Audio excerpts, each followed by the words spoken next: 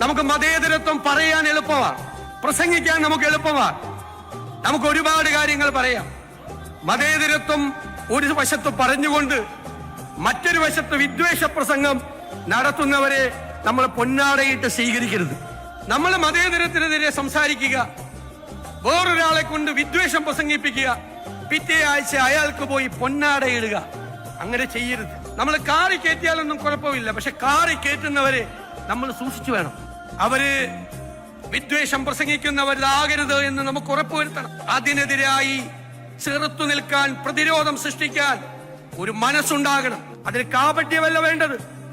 Vote നഷ്ടപ്പെട്ടാൽ vote പോകട്ടെ എന്ന് വിചാരിക്കണം. തെരഞ്ഞെടുപ്പിൽ തോറ്റാൽ തെരഞ്ഞെടുപ്പിൽ തോറ്റു പോകട്ടെ എന്ന് വിചാരിക്കണം.